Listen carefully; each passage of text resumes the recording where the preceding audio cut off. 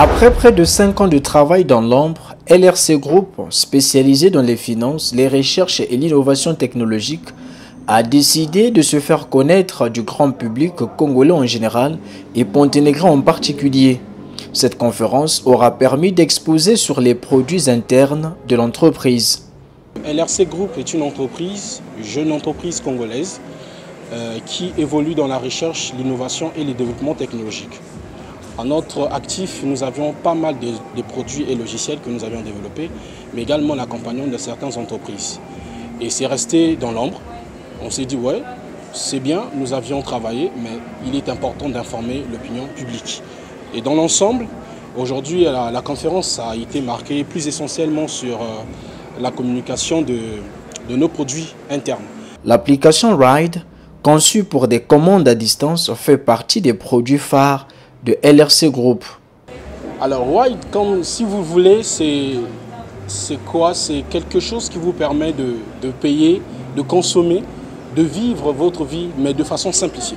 Voilà, le slogan dit Ride, simplifions-nous la vie. Avec Ride, c'est une application qui concentre un panel des activités, un panel de solutions que nous avions proposées et que nous proposons justement auprès du consommateur lambda qui est le Congolais, et même d'ailleurs justement parce que ça ne se limitera pas seulement à notre pays, mais ça va aller plus loin. Donc avec Ride, vous avez la possibilité de commander votre véhicule depuis chez vous, vous avez la possibilité de faire vos courses en étant chez vous, vous avez la possibilité de payer à manger en étant au bureau. Premièrement, vous devez vous identifier en tant que client, consommateur ou en tant que partenaire. Alors si vous êtes partenaire, vous devez accéder à notre site internet, mais aussi vous pouvez arriver dans nos locaux, on va vous enregistrer de façon physique, l'enrôlement se fait en ligne et en local. Donc quand vous arrivez chez nous, vous donnez la nature de votre visite justement, vous voulez être partenaire, vous remplissez tout un tas de documents. C'est vrai, ce ne sont pas les documents qui vont compliquer la vie, mais c'est pour prendre les informations de ce dernier. Et quand vous êtes client, déjà l'application, on l'a dit, dès le 1er décembre, ça sera disponible sur Play Store. Et là, les clients peuvent télécharger. Vous téléchargez l'application, vous créez votre compte et le tour est joué. À côté de Ride, il y a DT Money, portefeuille numérique qui accompagne partout. Les autres produits, nous avions présenté les produits phares, c'est DT Money et Ride, qui sont justement les produits pour nous que nous pensons qui vont révolutionner le secteur de l'industrie et numérique, j'allais dire, et aussi économique, parce que ça touche également l'économie dans l'ensemble. Et ce que nous attendons en fait, c'est que le Congolais accompagne ces projets dans la consommation. Voilà, consommer, propulser et nous permettre à ce que nous puissions avoir la place qui nous revient. Créé en 2018 par un jeune Congolais, LRC Group entend contribuer à un avenir plus connecté, plus intelligent et plus durable à travers des technologies qui améliorent la vie des entreprises et des individus.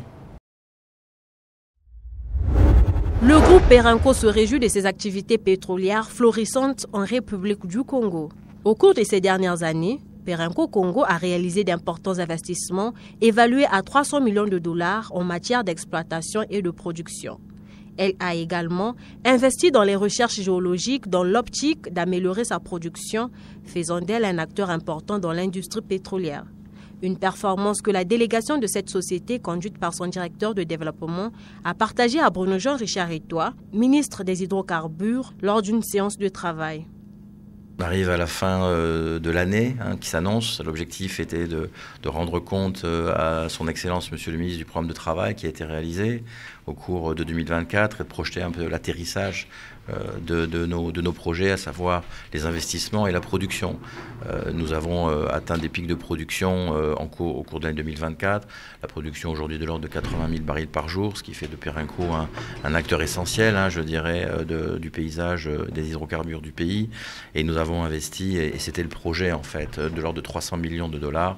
Et donc voilà, Monsieur le ministre voulait faire le point sur ces travaux. Les efforts consentis par cette société pétrolière participent de ce fait à la stratégie congolaise visant à augmenter sa capacité de production, mais aussi de valoriser les champs pétroliers en fin de vie. Pour y parvenir, Perenco s'est lancé dans l'acquisition des gisements, tout en développant des plateformes qui lui ont permis d'optimiser la production et des travaux d'exploitation.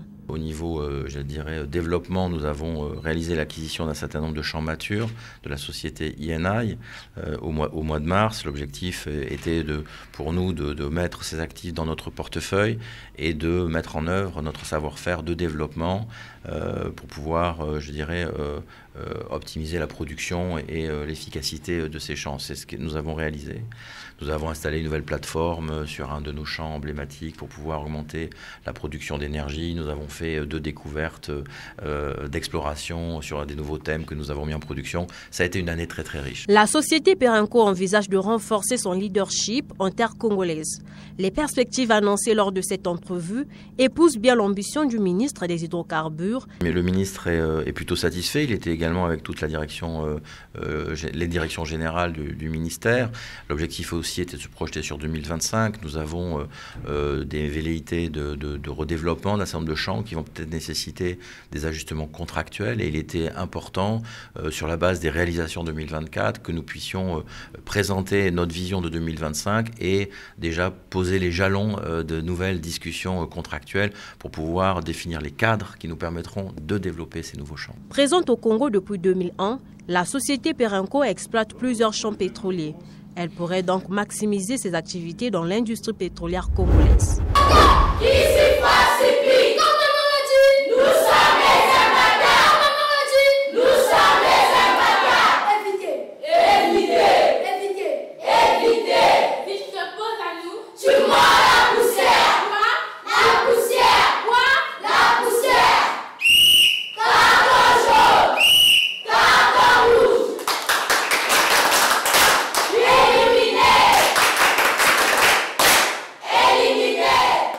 C'est une des activités qui annonce le festival Les 12 goûts du livre.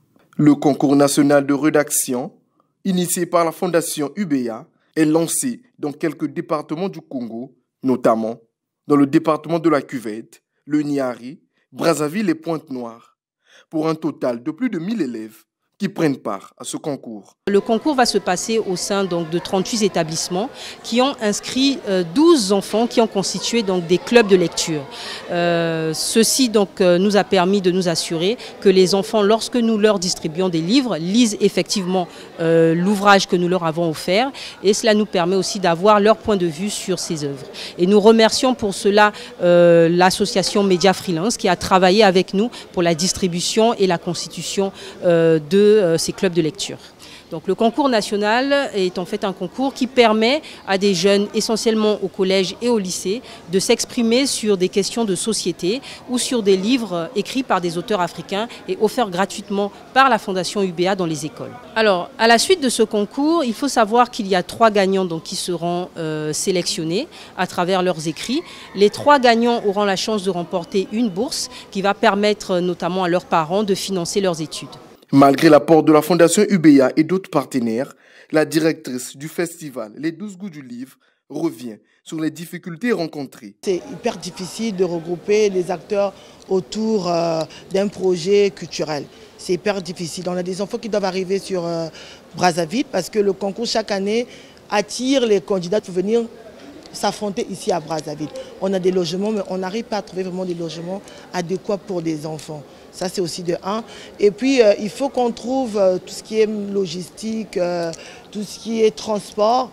Mais on écrit, on n'a pas de retour, mais il y a beaucoup de personnes qui nous accompagnent. On peut aussi le reconnaître, les plus petits, mais pour dire qu'on a vraiment les difficultés au niveau de rassembler les acteurs tout autour de ce projet.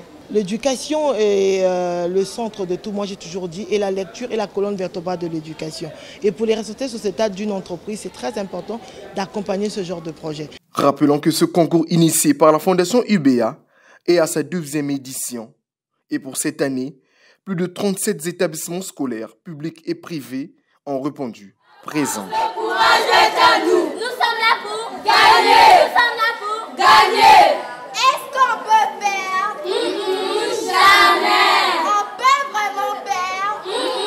Jamais. Nous, on peut perdre? Jamais. On va vous dévorer. Exactement, madame. Vous êtes bien sur le centre d'appel de Fournéa. Qu'est-ce que je peux faire pour vous, madame? C'est un partenariat qui offre une formation qualifiante à 65 jeunes. Le Fonds national d'appui à l'employabilité et à l'apprentissage FONEA et la société Top Center ont lancé ce 25 octobre 2024 un programme ambitieux de formation intensive dans les métiers des centres d'appel et de la gestion de la relation client. Ce programme intensif de 3 mois est conçu pour transformer 65 jeunes en professionnels qualifiés du service client, en leur offrant les outils et la confiance nécessaires pour réussir.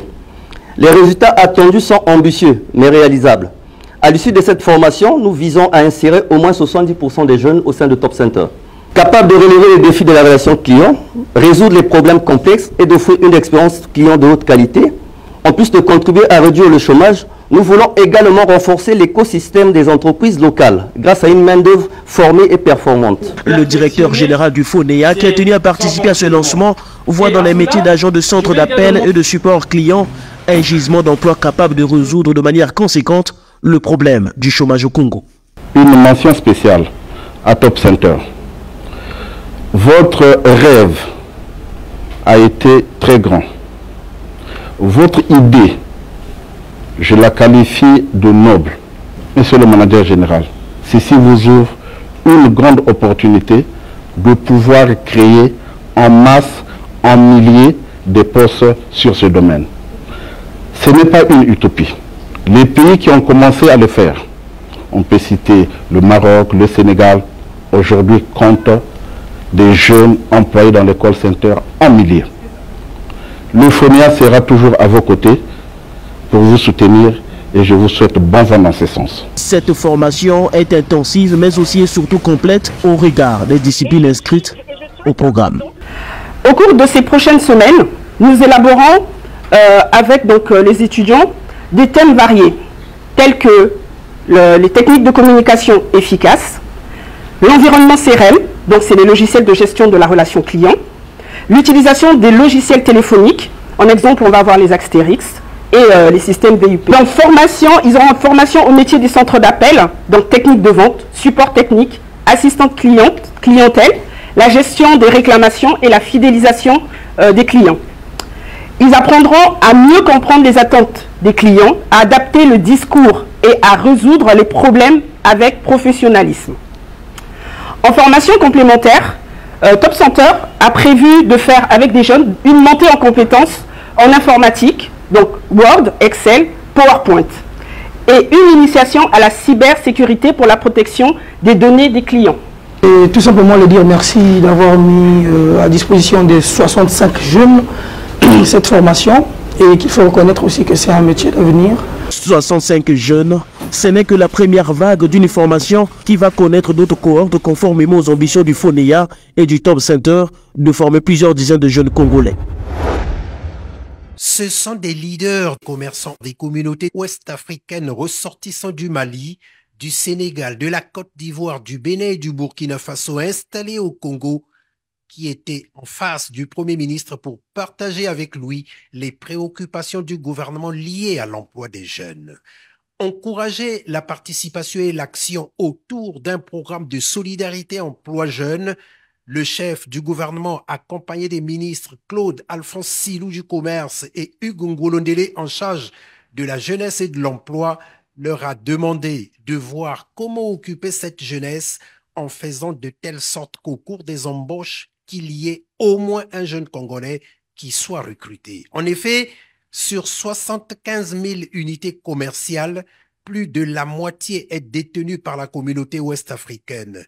Anatole Koliné-Makosso invite cette communauté à prioriser l'embauche des jeunes Congolais pour résorber un tant soit peu l'épineux problème du manque d'emploi des jeunes. Embauche, mais également formalisation des emplois en les inscrivant à la sécurité sociale pour permettre à ces jeunes de bénéficier d'une retraite. Après avoir écouté l'exposé du Premier ministre, le chef de la délégation des commerçants ouest-africains a remercié le chef du gouvernement pour les avoir associés à ce programme gouvernemental et a promis de donner un écho favorable aux attentes du gouvernement. Après la communauté ouest-africaine, le Premier ministre échangera prochainement avec les commerçants issus des communautés indiennes et libanaises. Avant de quitter Kazan où il a pris part au 16e sommet des BRICS+, Le président Denis Sassou Nguesso a eu des rencontres et des contacts divers dans une atmosphère de convivialité. C'est ainsi que le chef de l'État congolais a échangé avec le président russe Vladimir Poutine. Occasion pour ce dernier de remercier de vive voix son homologue congolais pour avoir répondu à son invitation à prendre part au sommet des BRICS+, et d'évoquer des questions d'intérêt commun. Un autre membre fondateur des BRICS+, a échangé avec le président de la République du Congo et le dirigeant chinois Xi Jinping, grand ami du Congo, toujours préoccupé par le resserrement des liens d'amitié et de coopération entre Pékin et Brazzaville. Le président de la République du Congo a aussi échangé avec le président turc Recep Tayyip Erdogan. Le Congo et la Turquie entretiennent de bonnes relations d'amitié et de coopération qui sont appelées à s'intensifier. Cyril Ramaphosa, président sud-africain, est l'autre personnalité qui a échangé avec le chef de l'État congolais. Le secrétaire général de l'ONU, Antonio Guterres, lui également a pris part au sommet des BRICS+. Avec Denis Sassou Nguesso, il s'est agi de la place de l'ONU dans la nouvelle configuration internationale qui prend corps avec la montée en puissance des BRICS+. Le Premier ministre vietnamien Pham Minh Chinh, de son côté, a invité le président Denis Sassou Nguesso à visiter le Vietnam une nouvelle fois dans les prochains jours, occasion de donner plus de visibilité et de lisibilité aux relations entre Brazzaville et Hanoï. Autre personnalité que Denis Sassou Nguesso a rencontré, le président égyptien Abdel Fattah al-Sisi, le premier ministre éthiopien Abiy Ahmed et l'ancienne présidente du Brésil et patronne de la Banque des BRICS+, Dilma Rousseff. Au-delà des contacts, une marque de considération mutuelle. Mon cœur était plein de ténèbres. Au Congo-Brazzaville, plusieurs jeunes ont fait de la musique leur profession. Et dans le gospel, les artistes semblent ne pas avoir une carrière épanouie. Une situation qui devient de plus en plus inquiétante. Le peuple sait dire que Dieu te bénisse, frère, c'est très bien. Les artistes ne peuvent pas avoir une carrière épanouie parce que le peuple manque assez de volonté pour les accompagner. Donc ce qui freine la carrière de plusieurs artistes et musiciens, c'est l'abandon. Voilà. Et vous allez voir quelqu'un qui va se lancer dans la musique avec ses propres fonds, qui va se débrouiller à faire quelque chose. Et après même, on va constater l'œuvre toucher beaucoup de cœurs, mais vous allez remarquer un manque de retour de la part du peuple.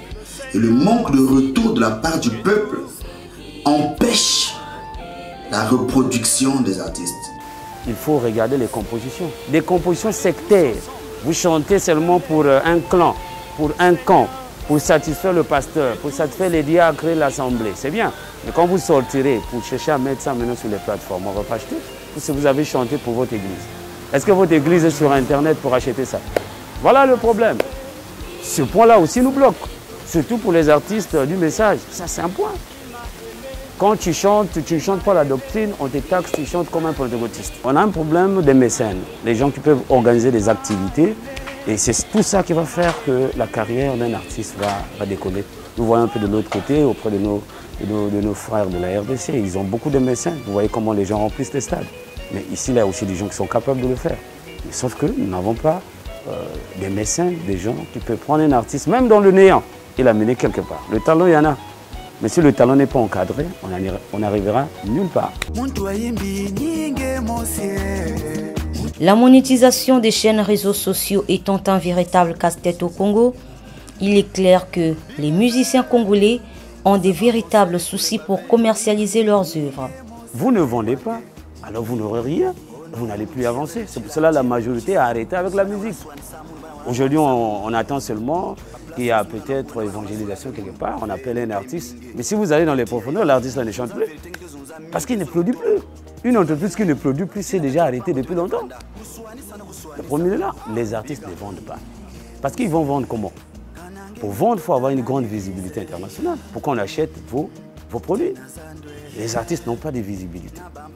Or, cette visibilité-là pouvait être créée s'il y avait des mécènes sur place qui multipliaient des activités. Or, les activités, il n'y en a pas. Ils vont vendre comment?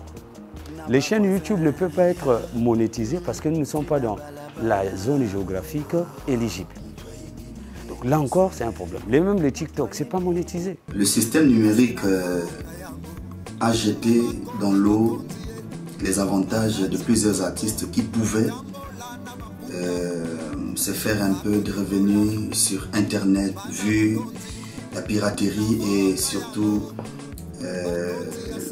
nos réseaux sociaux qui ne sont pas du tout monétisés. Alors c'est difficile. Donc nous avons vraiment du mal, il faut le dire. Quelques artistes rares, un peu stratèges, qu'est-ce qu'ils font?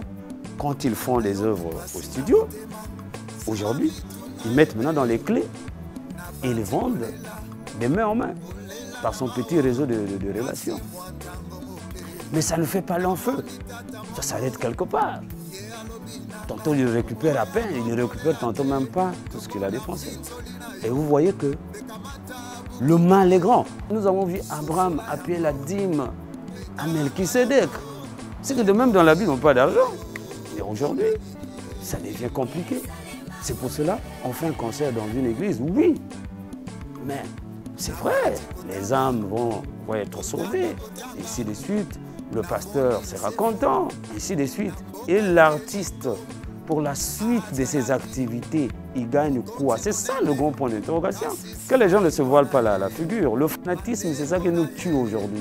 Si le 25 octobre est consacré aux artistes, question d'honorer leur contribution à la société, il faut dire qu'au Congo-Brazzaville, les artistes sont encore loin de jouir de cet honneur. Arrivé jeudi dernier à Brazzaville en provenance de Kinshasa en République démocratique du Congo, Joy Bassou, la sous-secrétaire d'État adjointe au Bureau des affaires africaines près le secrétariat d'État américain, supervise les affaires économiques et régionales dans toute l'Afrique subsaharienne. En tournée régionale, elle dit considérer le Congo comme un partenaire important du gouvernement américain. Nous sommes honorés et remercions le Premier ministre pour le temps qu'il nous a accordé.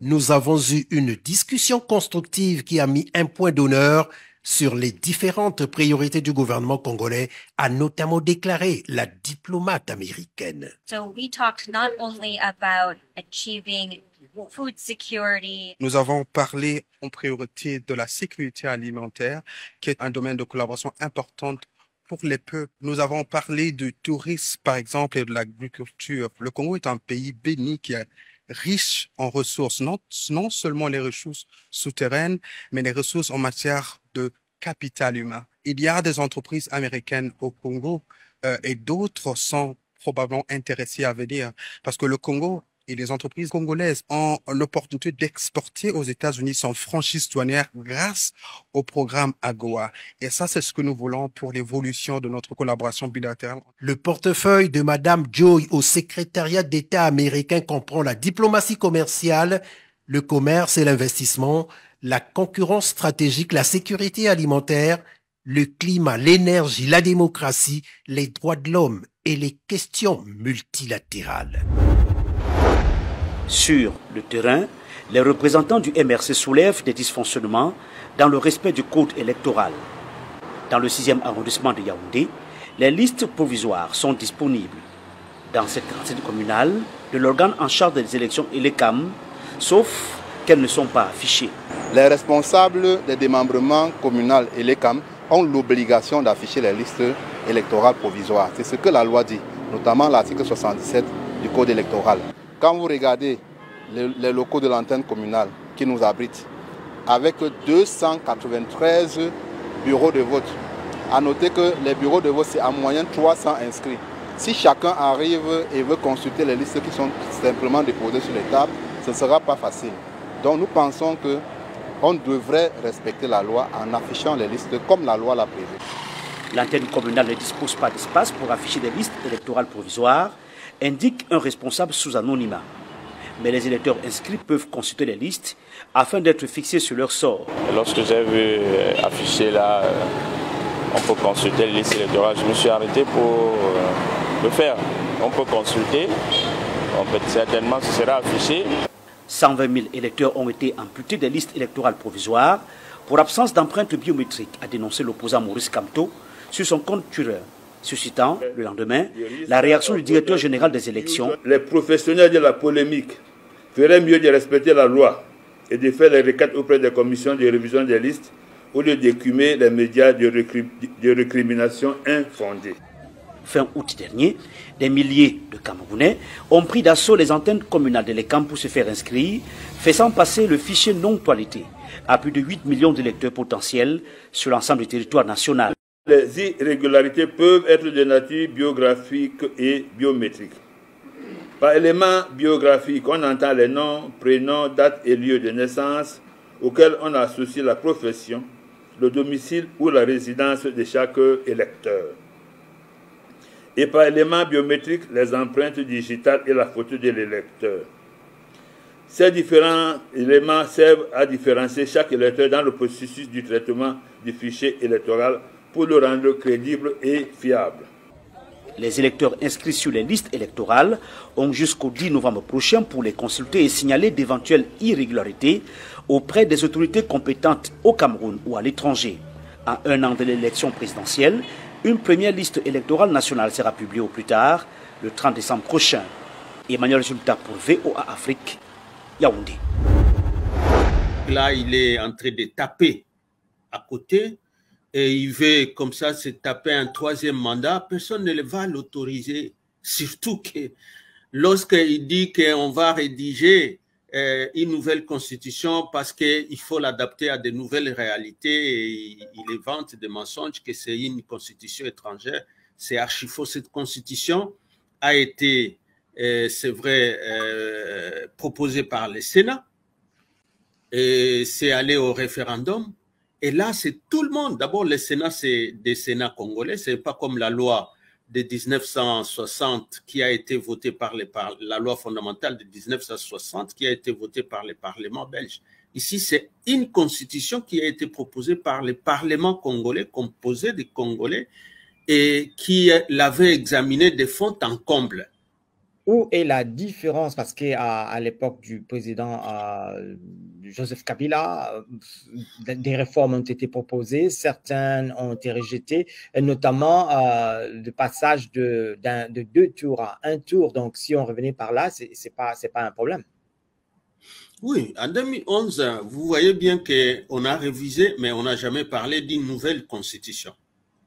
Ça veut dire la révision qui était là n'était pas sur des éléments de la Constitution qui sont verrouillés, qui sont intangibles, qui ne peuvent pas être échangés. Parce que quand vous touchez aux éléments protégés par l'article 220, parce que nous, pénalistes, nous parlons des valeurs axiologiques, donc des valeurs que les constituants voulaient protéger dans cette Constitution, il les a verrouillées. Il y a plus ou moins 8, notamment la forme de l'État, il y a justement le nombre et la durée des mandats, il y a ce que je viens d'appeler ici les prérogatives de l'État, il y a l'indépendance du pouvoir judiciaire.